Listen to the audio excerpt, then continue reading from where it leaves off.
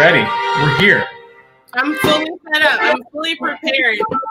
You're fully in it. You're ready to go. I love that.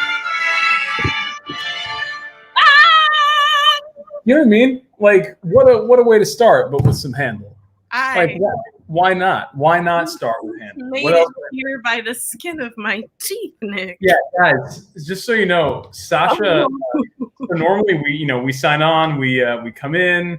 We get ready. Like we're like cool. Like, what are we gonna talk about? We do some prep work. You know what I mean? Like, we get in there. Yeah. Sasha got in here maybe 10 minutes ago. I'm a little bit out of breath. There's a lot going on. There's a lot going on. We're talking to our guest right now. Our guest who's in the green room. He's in the green room, but it feels like a gray room. Just so you know, we can see you. We cannot hear you, but we will bring you on very shortly. We will reveal you to the peoples. Yes, absolutely. But it is nice to see all of you. Welcome to the Chaos Twins. Welcome back. It's been a minute. We're here to do this crazy thing. We have an amazing guest today. But before we get to this guest, we have an amazing guest who we just need to say for the record, you're doing great. You've done everything perfect. You are in the room. You're making it happen. Like, we see you. You're there. You're good. Yeah. I text you and tell you everything's okay.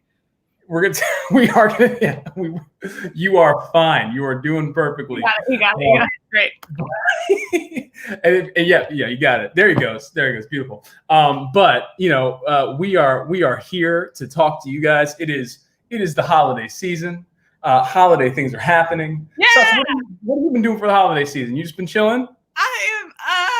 Okay. You know what I really did do though? It's not quite holiday, but I know you're a fan of watching an off-brand holiday sort of movie, and I binged all of the BBC Sherlock Holmes with Benedict Cumberbatch and Martin Freeman over the weekend. I didn't realize it was happening until it was happening. Yeah, and it's not a Christmas show. There is a Christmas episode. Out of the 9 episodes, 90-minute episodes I binge watched over the maybe 12. Oof, it was a lot of TV, but it put me in a very Christmassy mood. It's very British, and and that makes me feel like Christmas.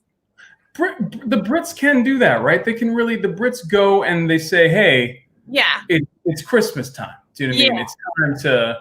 Yeah, we love that. We love that about the Brits. It's kind of like you think of Peter Pan. Peter Pan, not a Christmas story, and yet feels like Christmas. Like Christmas. Remember when they would do the live Christmas show? They would do the live NBC or the musicals around this. Was it Thanksgiving or Christmas? I think it was both. Yeah, it was around this time, and that's it felt well. I made me think of it because they did Peter Pan, which Christmas. Yeah, they've done plenty of, there's been Christmas things that have happened live, in the sphere, in our sphere. Have you been to the Christmas spirit, Nick? What have I been doing? Well, I'm in San Diego. I'm back in San Diego once again, visiting my wife. Was very safe, right? This is not the time to be flying around willy-nilly. So I will willy-nilly. Oh, willy-nilly there. Don't do that. So I was wearing an N95, was wearing goggles, wearing a face shield. And also now I'm in quarantine for 7 days before I see her. So, oh gosh, is that state or is that city? What are the regulations?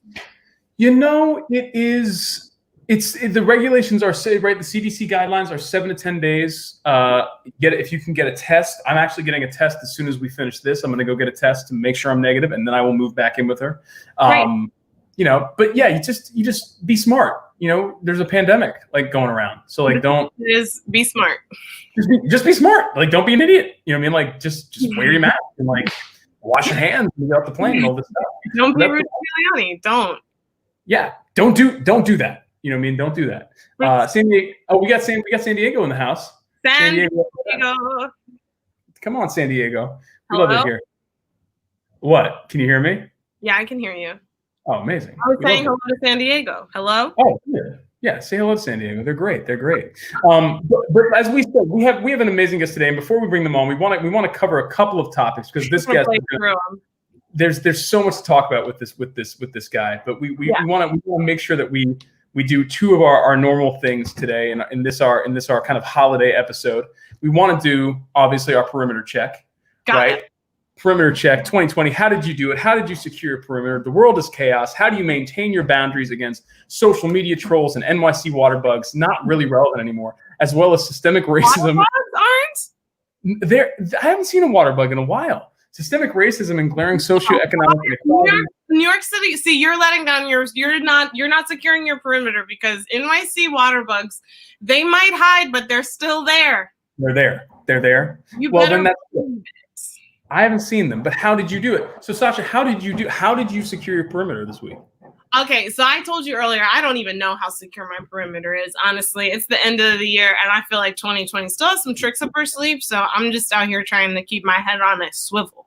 Mm-hmm. But I will say that I've had the privilege and the honor to be working for the past couple of weeks, and I've been filming and doing some SAG-AFTRA stuff.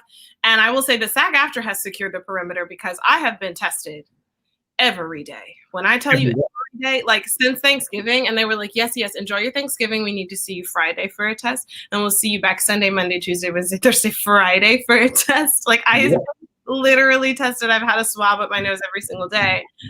Which I don't know, it does like it's kind of an inconvenience, obviously, or it's not the most comfortable thing in the world. But I know that like when it's time to take my mask off on set, that like the 4 or 5 people that I'm in the scene with, we all just had a swab up our nose for the past week, so we're all good.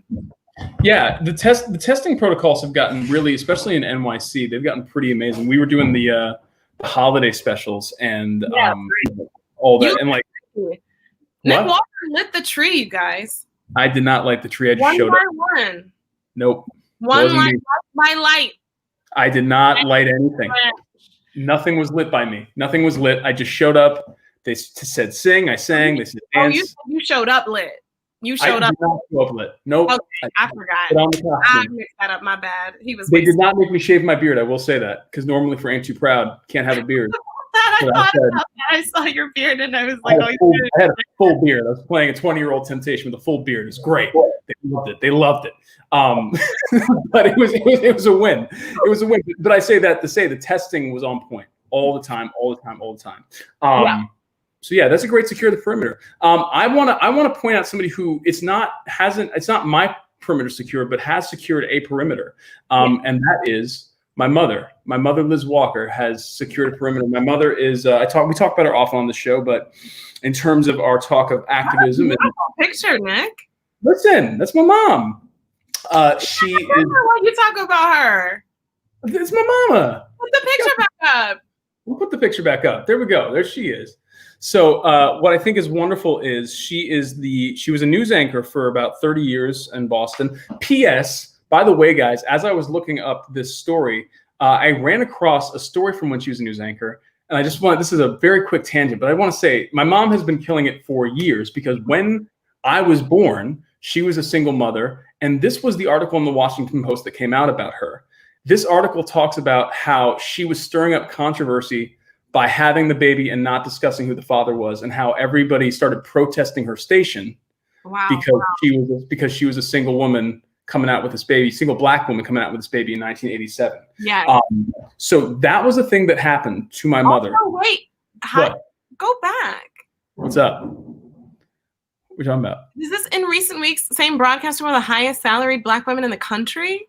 That's correct. Work. That's my mom. You know, my mom was news too. My mom was a news anchor. Oh, see? Look at that. Amazing.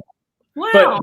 But this week she was back in the Washington Post because she got, right now we have the vaccine coming through. And she reached out to Dr. Fauci and had him come to their church to discuss the vaccine, because I don't know if you know this, but a lot of people who look like us are not trusting this vaccine. And it's something literally us. Literally us. Literally me. But it's something that we have to educate ourselves about. Yes, you're very right. It's about the larger mistrust of our government and of and Black people and how they've been treated by doctors, both neglected and also abused, honestly, by and that trust has been abused. So that's good up on your mom. Like, because at the same time, we're the ones most affected by it. Our friends and family are the people most affected by it. That's a tricky one. Definitely. Yeah.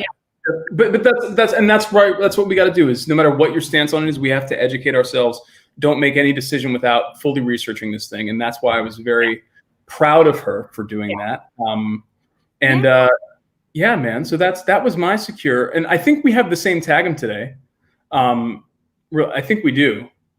We do definitely have the same tag-em. Tag someone who's doing the work, the activism, community service, arts and action, otherwise. I gotta grab my phone for this. Okay, grab your phone. Because today's tag-em is a special tag-em because it's this young man. It's our friend Anthony Ramos. So helped out his community this week by putting his audition tape for Cats on Instagram. My God, guys, if you have not checked out Anthony's Cats audition. Insane. And I feel like my goal, I don't know how you make a thing go viral, honestly. Like, I think it already is. For me. I don't think he needs our help. But like, you're watching it right now. This is, we don't know how to high tech it up here, but like, so good.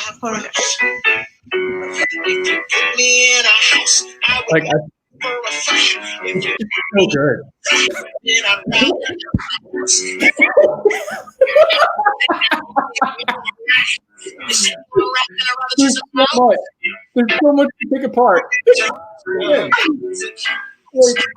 I love him so much. Anthony, we love you, bro, and you killed that. We are so proud of you. So much because honestly, I love him so much. He's like one of my dearest friends. I think he is an incredible human, and he is an incredible talent.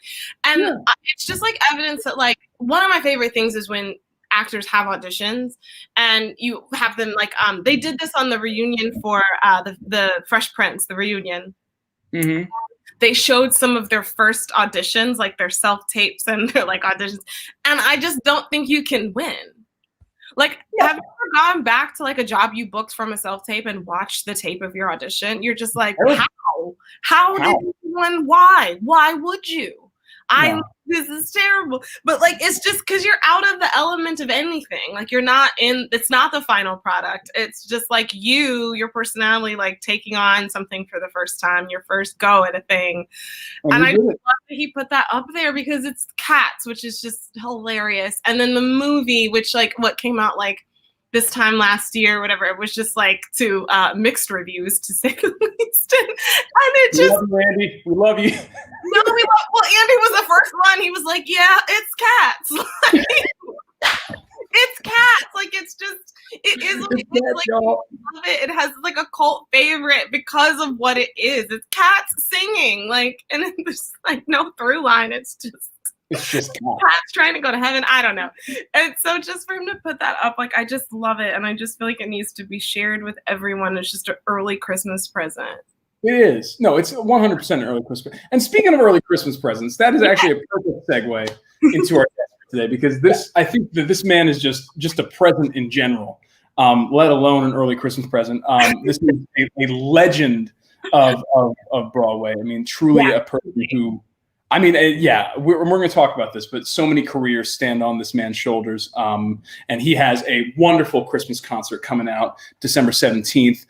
Norm Lewis, get in here. Get in the room. Yes. Can you hear me? Am I okay? I can hear you.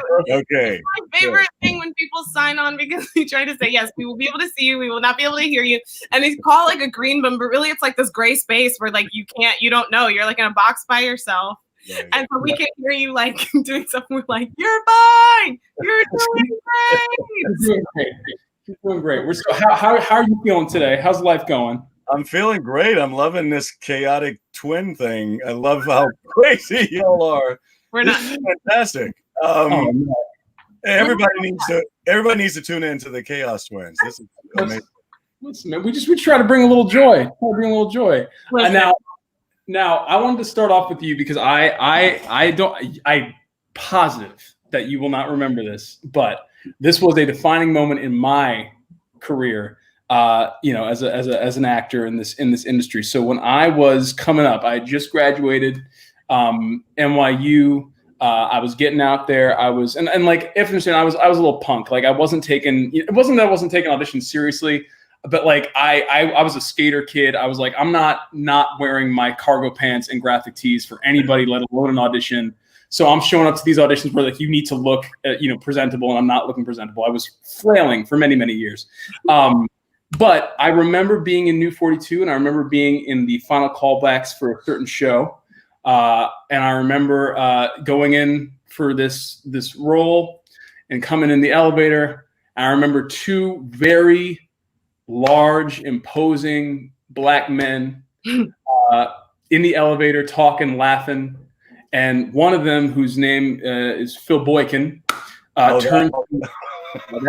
turns to me and he's like, "Yo, kid, you know who this is? You know who that is?" I was like, "Man, I think it's Norm Lewis." He's like, "Yeah, man, that's a legend right there. It's Norm." And like, he was just giving me crap. You were the kindest person in the world. You're like, "Hey, did you have fun up there? You good?" I was like, "Yeah, man, I'm good, thank you." And it's like, wow. But it was like, it was just an affirmation of what I think we have both heard, and what everyone, kind of who's in this industry knows about you, is just the kindness with which you treat everyone. You know what I mean? You really, and I mean that, because you did not have to give me the time of day that day in the elevator, but you took a second to check in and be like, "Hey, you good?" I was like, "Yep, I'm cool." And then I went on my way, and y'all went on your way, and that was it.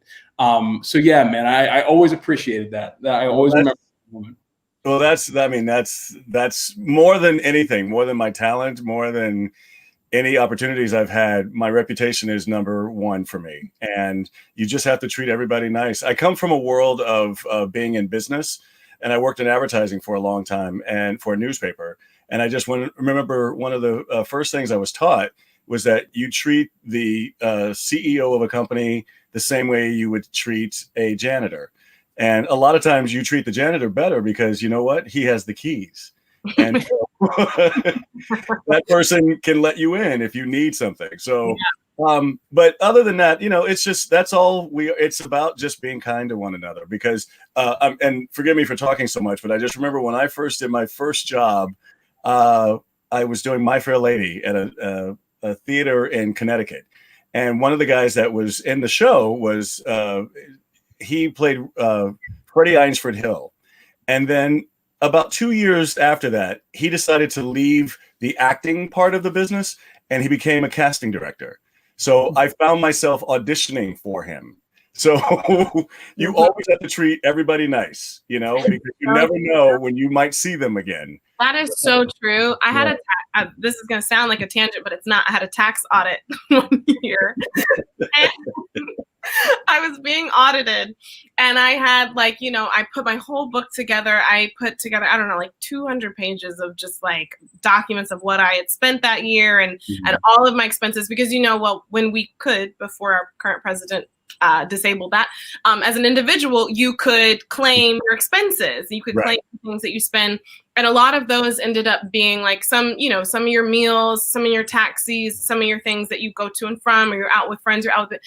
And he tried to say, well, the guy's going through my books and he's giving me a hard time about a personal humidifier that I bought. He's like, well, that's health. And I said, sir, I'm a singer. Sits at the theater, and that's what I do.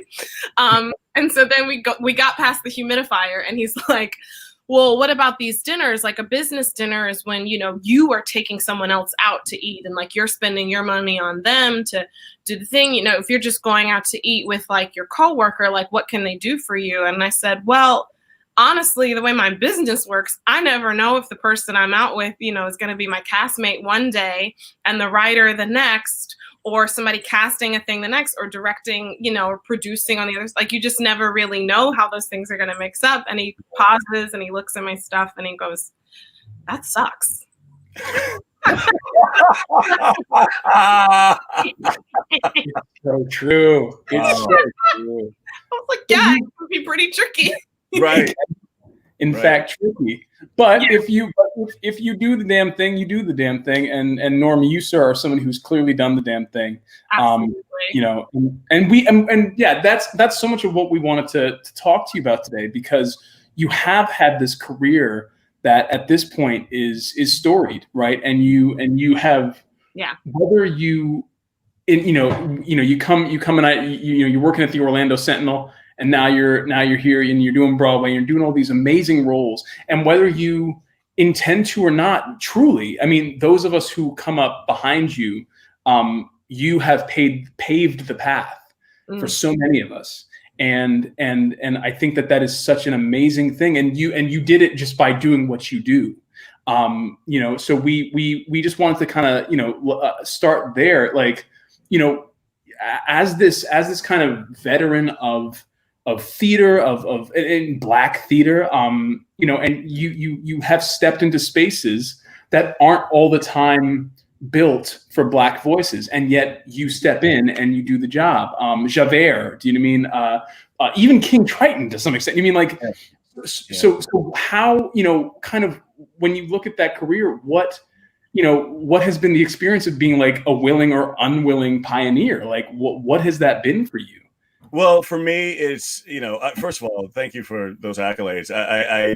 I was just trying to get a job, and literally when they called me in, I said, let me just try to do the best that I can. And like you say, do the damn thing, but I stand on the shoulders of Robert Guillaume, and I stand on the shoulders of Andre de Shields, who, at age 73 got his first Tony, and he's a journeyman. He's been here and done the work and continues to do the work. But, those are the people that I admired and looked up to. And, Milton Craig Neely. Then you have people who are not necessarily as known, but they are journeymen and they work all the time. And Doug Eskew, and, we can go on, but I came here with those eyes like yours, bright-eyed and bushy-tailed, and admiring them so much, saying, I want to do what they do. And so I just kept working really hard. For me, I came in ass backwards. I didn't go to school for this. And because I literally was learning on the job. I was a business guy, but I could sing. And then I decided to take classes while I was working. And luckily my voice got me in the door, but I knew I still had to work and I had to learn. So I was taking classes all the time. The classes I regret not taking were the dance classes, which I still need to do. I'm a mover. I'm not but he's a mover and a shaker, you guys. I'm a mover and a shaker. But it's just about coming here because New York can eat you alive. It's very expensive and people are on the go. They're trying to get from point A to point B. So they don't have time to like really help you out. You got to do your own thing.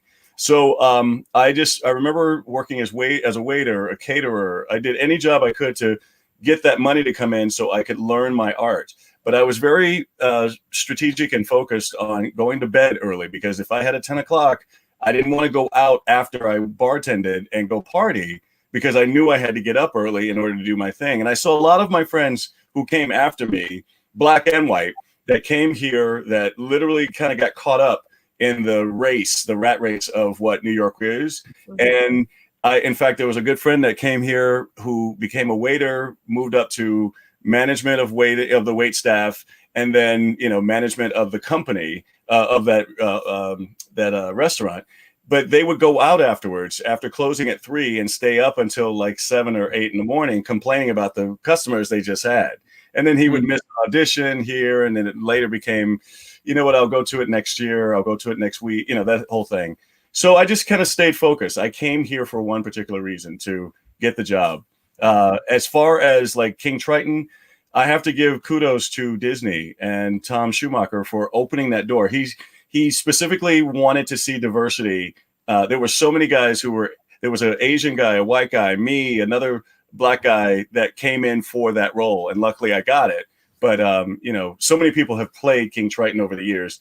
But it was the chance and the opportunity to get into the door. Yeah. Will you talk about what that transition was for you and why you decided to step into theater? Because I feel like that's maybe a bit of a little known fact about like what in your brain, because I can imagine you were very good at what you were doing before. And so what about you was like, you know what, screw it. I just want to go to New York and make it happen. I'll try to make it short because I didn't know. My journey is kind of just of divine intervention because I didn't know I could sing until I was 17. And so I just sang in the choir in church, but that was a rite of passage. My grandfather was a preacher. My dad was a deacon. So it was just something that I had to do. Whether our choir wasn't like, yo, they can throw down. They just, we made a joyful noise. And no one ever told me that I had a nice voice, except for my best friend, Leroy. Now, my best friend, Leroy, kind of said, well, you sound good, man. And I kind of kept that, I guess, in the back of my head. But I remember being in high school and you had to have so many electives to graduate. And I ended up getting into home economics. And I was like, at 16, I don't know if I want to do home economics. So I said, I sing in the choir in church. Let me try to sing in the choir in school. And that's when I found this love of singing. Again, up until that time, it was just a hobby, not like I wanted to make this career move.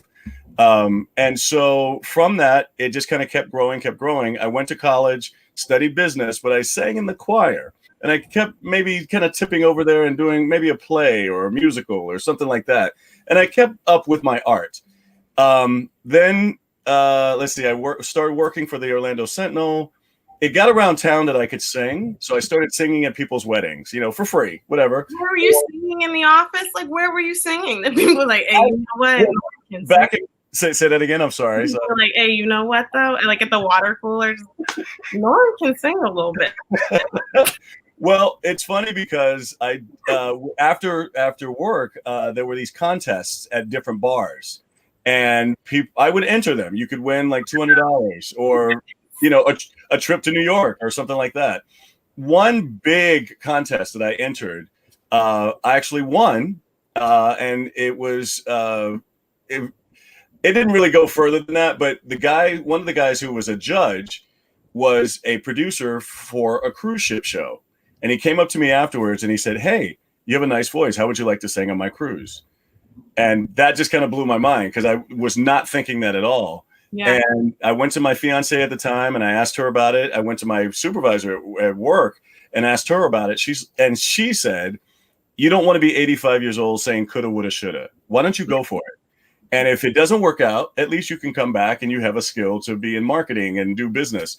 But if it does, who knows? So that's what happened. And I actually kind of got forced into this industry. And I met people on the cruise who had been professional actors for years, been on Broadway and just doing a lot of regional theaters and things. And they encouraged me. And one guy in particular said this to me because I was scared of the fact that I did not go to school for this. And he says, it doesn't matter. He's like, only thing that they know is more vocabulary than you. And they know downstage, upstage, all that kind of stuff. But you have the talent. What you have to do is when you walk into that audition room, and this is what I now teach to people, is that the people behind that desk have a problem. You just go in and say, hey, I'm your answer. Yeah. And that's all you have to do. And if you're not the answer that day, try to solve the next, problem the next day and just keep going and keep going. And that's kind of where, how I did it. Wow. I mean, and what I love is you say that, and it is so simple, but really what you're describing is a process that, that really delves into every insecurity you have, everything that you have to conquer and get through to get to that place where you can just step in the room with that confidence, because it's a trust, it's a faith that you are the answer to their problem. Right. Do you know what I mean? That is such a. Do you feel that kind of that kind? Your amazing setup where again, like you said, you got forced into this. This was not your path. Kind of gave you that kind of maybe necessary blindness to be like, yeah, you know what? I'm just going to show up and do the thing because That's kind of what happened. I basically, I was fearless because I said, I'm going to go to everything. And unless they specifically ask for blonde hair and blue eyes and boobs, I'm going to show up. And in fact, I got a job once where I had to sing 16 bars. This was like back in the early days. I sang my 16 bars and it was for the show, A Chorus Line. And so I finished the 16 bars. They said, hold on 1 second. And they talked to each other. It was two people. And they came back to me and said, hey, how would you like to play Richie?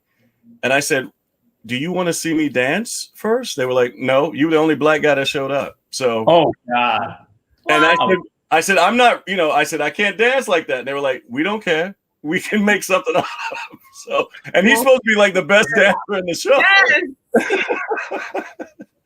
Nora, So, I got it. Wow. Yeah, go ahead, Sasha. Go ahead, Sasha. I really thought we were gonna get a story about a dance call from you, and I was super excited about it. Oh, I got plenty of those. Oh my God. Okay, Cheers. we have a couple of things. I think we want to touch on some projects that you have been a part of. Mm-hmm. I know that Nick is going to completely nerd out about one of them. So I'm going to get this one out of the way.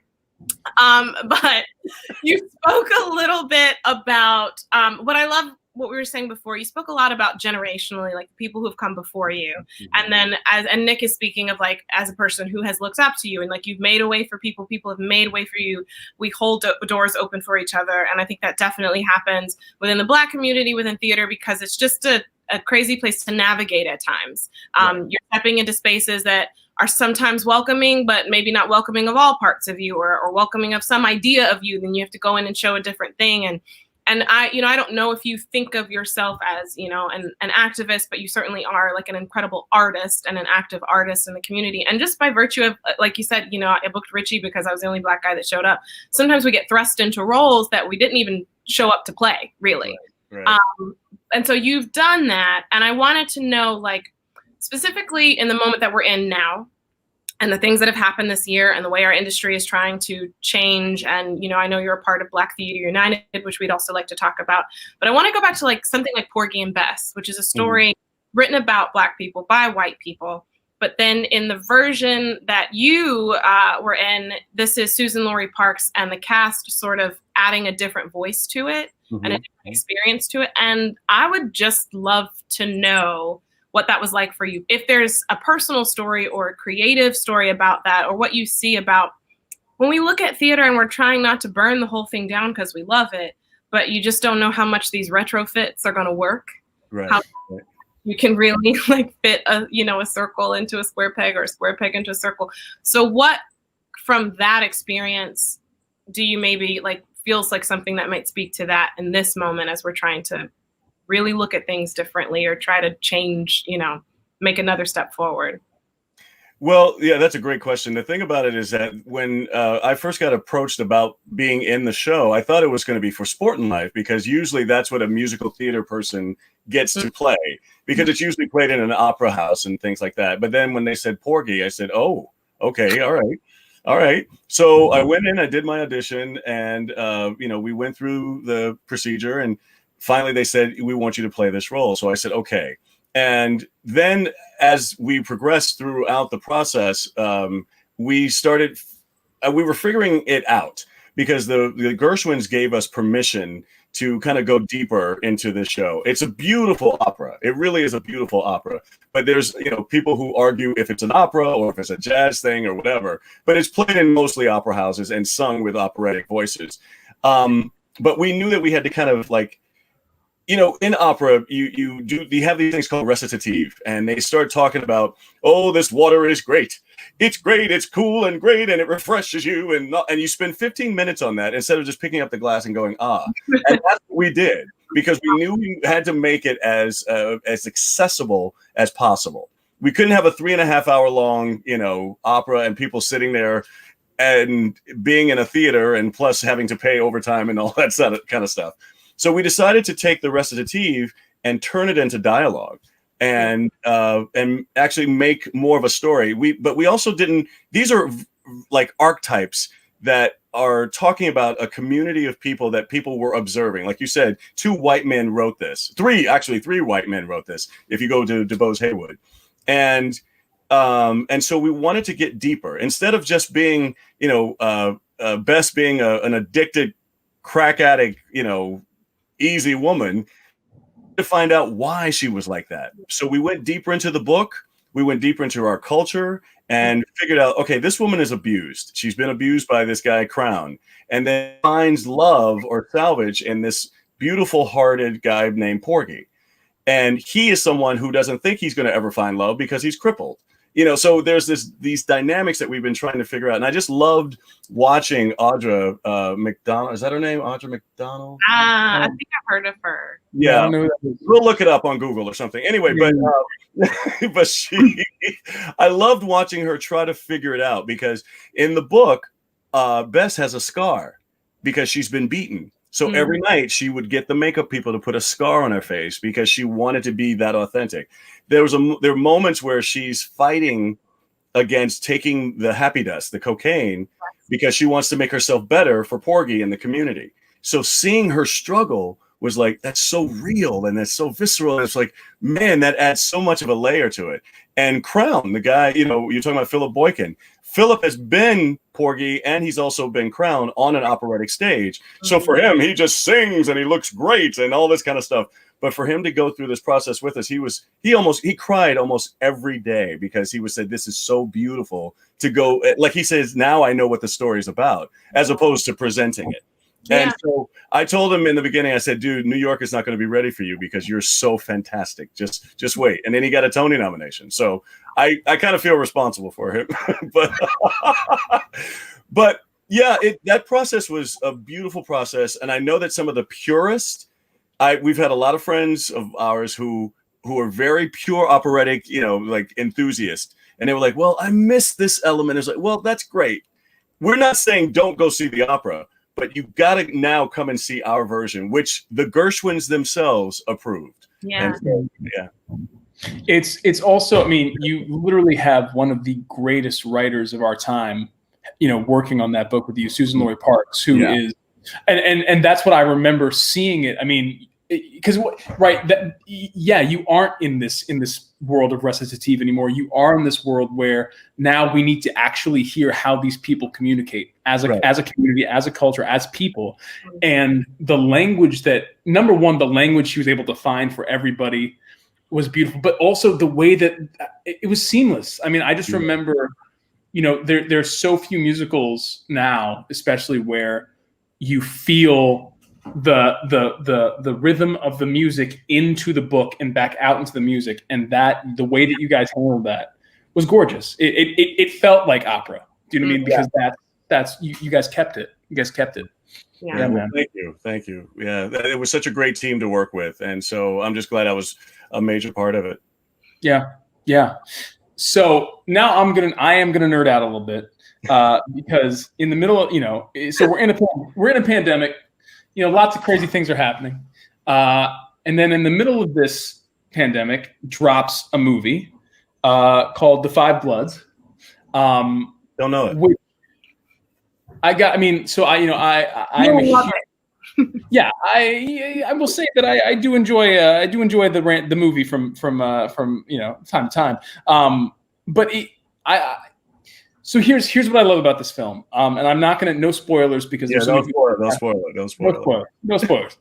But what I love is, and what I've always loved about Spike Lee is just this sense of taking issues, right? Taking topical issues and couching them in genre, right? You don't go directly at the thing. You tell a good story first, and then the seams of the thing show you whatever commentary might be in there.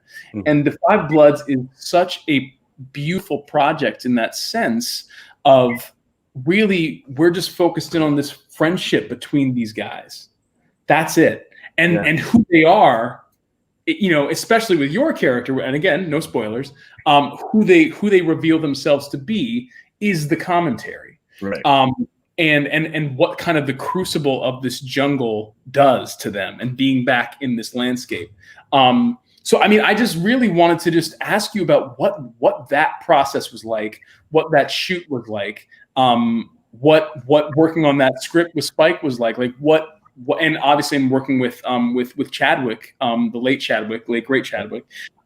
Just what this was for you. Well, Spike is known for his, his advocacy, not advocacy, I don't know if that's the right word, but just, promoting what our Black history is and our Black culture is, and just being that person that you can always rely on to hear what we have a voice in this industry.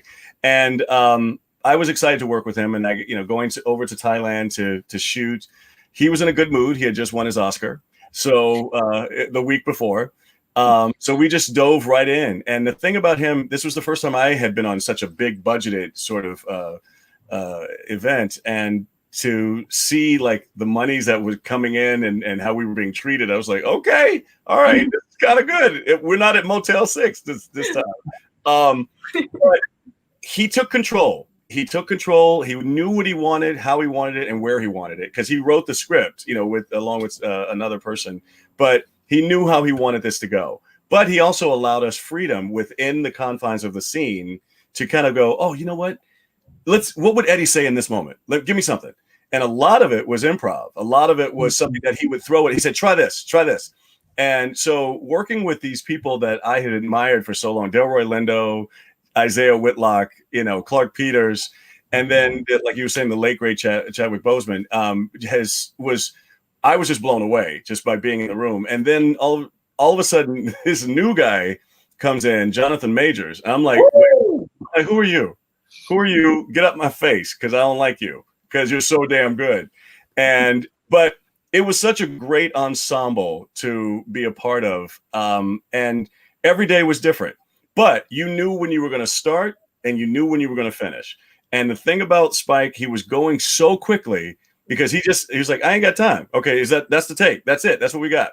And in fact, we finished earlier than we thought we were going to finish. And he saved Netflix a lot of money. Wow. Yeah, he did I mean, he was editing the film while we were there. Yeah. Yeah. So, but you could just see the wheels turning. In fact, I have on my phone a video of me watching him. He told me to sit next to him while he was directing a scene. And I just felt like I was in a masterclass. Wow. And I don't think I'll ever share it, but it's just something that is just so magical for me. But watching his process. Is he? What kind of director is he? Like, is it very hands-on? Is he very in the thing? Does he? Yeah. Yeah, every little intricate detail, the lighting, and then even so much so there's a mist. I remember there was one scene that the mist wasn't right, and so we had to create this mist. And it was like, we got to get that over here. We got to get that over here. And he knew what he wanted. I mean, there were times where he kind of got a little heated. He was like, this should be here right now. Bring this right now. But again, people understood the process, and like I said, because he's an actor himself, he understood what we needed. But again, he set the foundation of it, and then he gave us the freedom to kind of go in there, do what was written, and explore that. But then he changed some things, and we just loved it. I loved it. And listen, Spike, if you're listening, I'll do another film. He's back. All three of us. They could be my children. They could be, Let's go. Let's go. In a minute. Super available. But it was also educational too, because getting into Black culture. I mean, this is something. I'm 57 now. I was 56 at the time when we shot it, and I didn't know this part of the information until I did this show. But we were 11%, as African Americans, 11% of the population in the United States. That's both men and women. But yet, we were 33% of men in the Army in Vietnam. Wow. We were 33% of soldiers over there in Vietnam. And so I'm like, wait a minute, because I had seen Apocalypse Now, I'd seen all these other, Hamburger Hill, and there were sprinkles of Black folks, but I didn't know that we actually were a lot of us over there. Yeah. And on the front line. So that was eye-opening too. And this was the first war that was not a segregated army. This was the first time there was only one army. We segregated ourselves by the different communities that we were in Vietnam, but it was the first time that it was not a black and white army, one army. And it was the first time it was ever televised. So you saw soldiers coming back, either alive or dead. And you also saw people going over to entertain the troops, or you saw newscasters going over to see what the war was about. So that speaks to, I think, so much of what I loved about and I'll try to spare you my Freudian psychoanalysis of this film because it would take hours and days. But what I loved was watching these Black men who are looking back at this point in their lives and looking at what they sacrificed. Yeah. And asking the question, what did we purchase with our what did we get? What are we getting back for our sacrifice? Right. And the answer is really complicated. You know what I mean? Like that, and so again, I just think that just allowing the story to play out as it did, with and also just seeing, I think that was the other part that I loved about it, and I think it's not unique to The Five Bloods, but I think it certainly is a powerful thing about it. It's just watching five Black men, especially five Black men who like have lived life, right? Like none of y'all are old, but you guys have lived life, right? And watching you guys just commiserate as brothers who had this experience, and I can't speak enough about it, man. It really.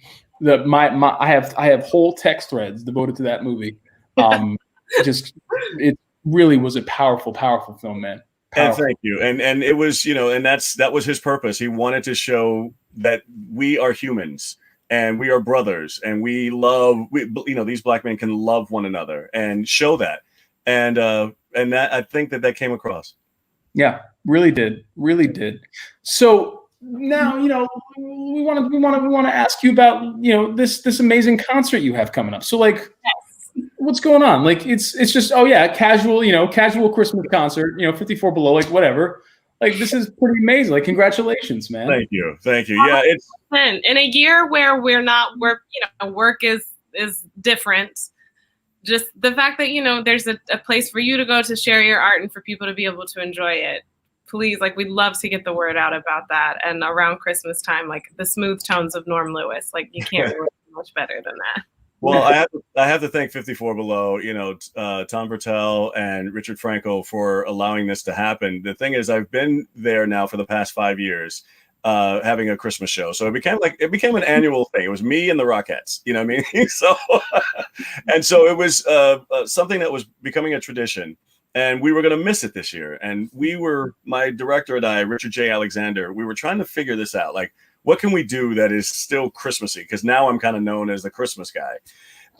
So we were going to do one thing where we're in a studio and then we were trying to figure it out. And all of a sudden the call came and they said, hey, we want to start this new series. And would you be interested in being filmed and blah, blah, blah. And I'm like, yeah, definitely. but let us kind of guide you with what we want, because we want to make this special and we don't just want to have a camera and then me singing and like one piano or whatever. So we figured all this stuff out. We budgeted it and got into a really good groove. And I think we got a nice little show. And, there's no dancers. It's always not like anything that really, really flashy, but I think it'll be entertaining and uplifting. And it's stuff that's from my Christmas album, which, I happen to, Oh my goodness.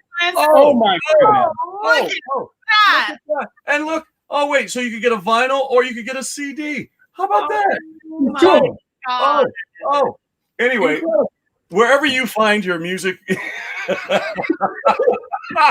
there. He's ready to go. But it's a labor of love. I have my ticket. I could never make it to the we'll see. And that's another good point. Thank you, Lynn. That's awesome, because for the past 5 years, I've done 6 shows in that week for the holidays, and only like 150, maybe 200 people could fit in the room. So it's a limited space and limited amount of people. But now, I have fans in Japan and in Europe and in Australia. Now people can stream it and see this show, that what I've been doing for the past 5 years. And I don't like to call it a show. I don't like to call it a concert or a cabaret. It's just a party. And it really is just having a lot of fun. And I'm singing some songs, I'm laughing, I'm being stupid, and my band is just crazy good. And I just hope people get a chance to enjoy it. Just spread a little love for this pandemic, sitting in your living room and drinking a cocktail. I love it. Well, please, guys, if you haven't already gotten your ticket, like, go get your ticket, go watch this incredible human being do this show. As we wrap this thing up, and we don't want to let you go. No, we're not wrapping anything up. We got to. It's so sad. We're being kicked out of the StreamYard room. It's so sad. But we have a tradition here on Chaos Twins. Because the late great James Lipton has passed, so many artists who would not get to do James Lipton's 10 questions, who would have anyway. And we certainly feel that you are somebody who would get to do those questions. So if you don't mind, sir, we would love to ask you the James Lipton 10 questions. So, off the top of your head, say what you feel. Okay. Answer these questions. It doesn't have to be rapid fire, but let's see where you land. Let's see where you land with these. So, Norm Lewis, what is your favorite word? Love. All right. What is your least favorite word? The N-word. Mm-hmm. Yeah. Why? Let's get real. Let's get real. What turns you on? Ooh. Making people happy, making people feel an emotion. Love it.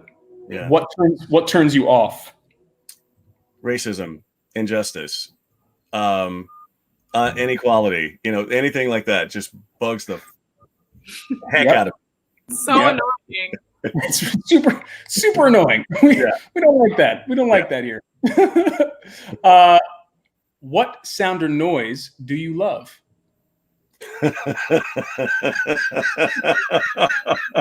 What's happening?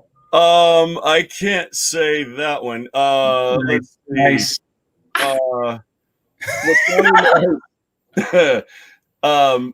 Anytime Audra McDonald sings. There you go. Again? Yeah, I'm not sure. Yeah, Audra. Yeah, something. What sound or noise do you hate? A cat, like that. Oh God. That's fair. That's fair. Oh my goodness. Yeah. What is your favorite curse word? Oh. You can say it. Gosh dang it. Excellent. I will say no. It's the F word. Come on. Yeah. We get you. You know what I don't like though, and it bugs me. And this is just a personal thing. And people don't change your lives but I cannot. I don't. It cringe when people use OMFG, like the full on words. Oh yeah. For some reason, I can't put that with God. Yeah. I don't know. Something bugs me about it. But I get it. That's fine. And we accept that, and that's good. Thank you. What profession other than your own would you like to attempt? Oh, it's something that I actually am trying to do now anyway, entrepreneurship, and I want to actually be an advocate for it. That's something that's coming in the future into this new year. I'm going to start a podcast, but I'm going to be an advocate for entrepreneurship. Nice. Let's go. Nice. I love that. Yeah. There it is. It's about having your own. It's about having your own. Oh, yeah. We could do an entire episode about that. Yes. Yeah, I'll come back. Yes. Please do. Open door. Yeah. What profession other than your own would you least like to attempt? Oh God, I don't want to disrespect anyone else's profession, but I mean, I don't want to be I can't clean. I'm not a good, I'm not a janitor. I can't do it. I can't do it. But I don't want to disrespect that because that's a very well-respected career. Yeah. No, that's a needed gift, and it's a gift. Yeah, it's a gift. Definitely. Yeah. If it were left to people like you and me, the world would be a filthy place. Yeah. Filthy. There are people who can do that much better than I can. Yeah. Filthy. And when you get to the pearly gates, final question, when you get to the pearly gates, what would you like to hear God say when you arrive? Oh, what's up? What up? There it is. What's up? Come on in. Come on. What took you so long? Perfect. Oh my gosh. Sir, you are so much for being here. Thank you for sharing with us. We're so excited for your concert coming, your party. I will. My party. Yes. Well, thank you guys for being. I mean, you're the new landscape of what we see in this industry, and I'm so proud to see this and knowing that you're going forward with better talents, better minds than we have. And I just, just take care of us old folks, But no, it's great. This is a great podcast, and you guys are, as funny and as charming as you are. You're very intellectual as well, and so that's a great representation. Thank you, sir. Thank you. All right. Yeah, for sure. Everybody will be coming back most likely after the new year. So if we don't see you, have a wonderful holiday. Have a wonderful new year. Go check out Norm's party. We will see you all soon. All right. December 17th is when we start, and then we run through the season. Go ahead. Sorry. How long? It's because it's available. It's December 17th, and then it runs after. Yes, it runs for like 2 or 3 weeks after the whole holiday season. Yeah, on demand. Watch it like several times with friends and family. Invite the family, whoever you're with. It's a great gift to give people. So, Oh my gosh, yes. Like if it's put on your Christmas list, like that's another benefit of like the virtual thing. It's like people get to experience it over and over. So exactly. Yeah. All right, so we'll catch you soon, man. Bye, Norm. Thank you. Guys. Thank you. Bye, buddy.